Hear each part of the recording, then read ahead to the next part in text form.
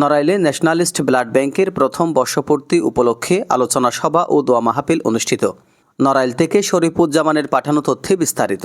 নড়াইলের লোহাগাড়ায় স্বেচ্ছায় রক্তদানকারী সংগঠন ন্যাশনালিস্ট ব্লাড ব্যাংক এর প্রথম বর্ষপূর্তি উদযাপন উপলক্ষে আলোচনা সভা ও দোয়া মাহফিল অনুষ্ঠিত হয়েছে।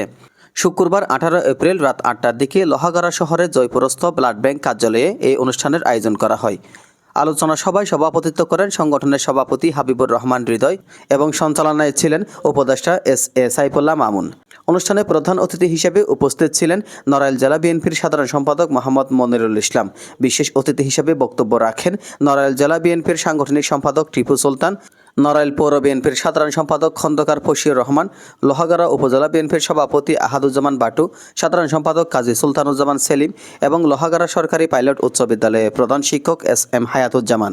অনুষ্ঠানে আরও উপস্থিত ছিলেন নড়াইল জেলা মহিলা দলের সাধারণ সম্পাদক ও লোহাগাড়া উপজেলা পরিষদের সাবেক ভাইস চেয়ারম্যান সালাহা বেগম, লোহাগাড়া পৌর বিএনপির সাধারণ সম্পাদক মশিউর রহমান সান্টু, ব্লাড ব্যাংকের সাধারণ সম্পাদক মেহেদি হাসান রনি, বিএনপি নেতা আবু হায়াত সাবু, সম জামশেদ আলম, উপজেলা বিএনপির যুগ্ম সাধারণ সম্পাদক মোহাম্মদ মুস্তাক আহমেদ, খিজির আহমেদ, মোহাম্মদ মিজানুর রহমান, মোল্লা আকিদুল ইসলাম দুলু, শফিক তারেক, আহাদুল ইসলাম, এস.কে. বিন্টু ও জেলা ছাত্রদলের যুগ্ম সাধারণ সম্পাদক প্রকৌশলী তাইবুল ইসলাম প্রমুখ।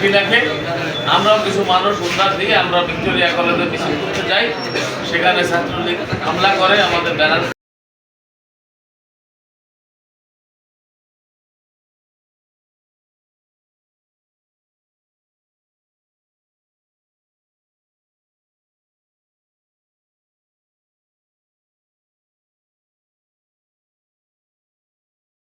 আলোচনা সভা শেষে প্রতিষ্ঠাবার্ষিকীর কেক কেটে 1 বছর পূর্তি উদযাপন করা হয়।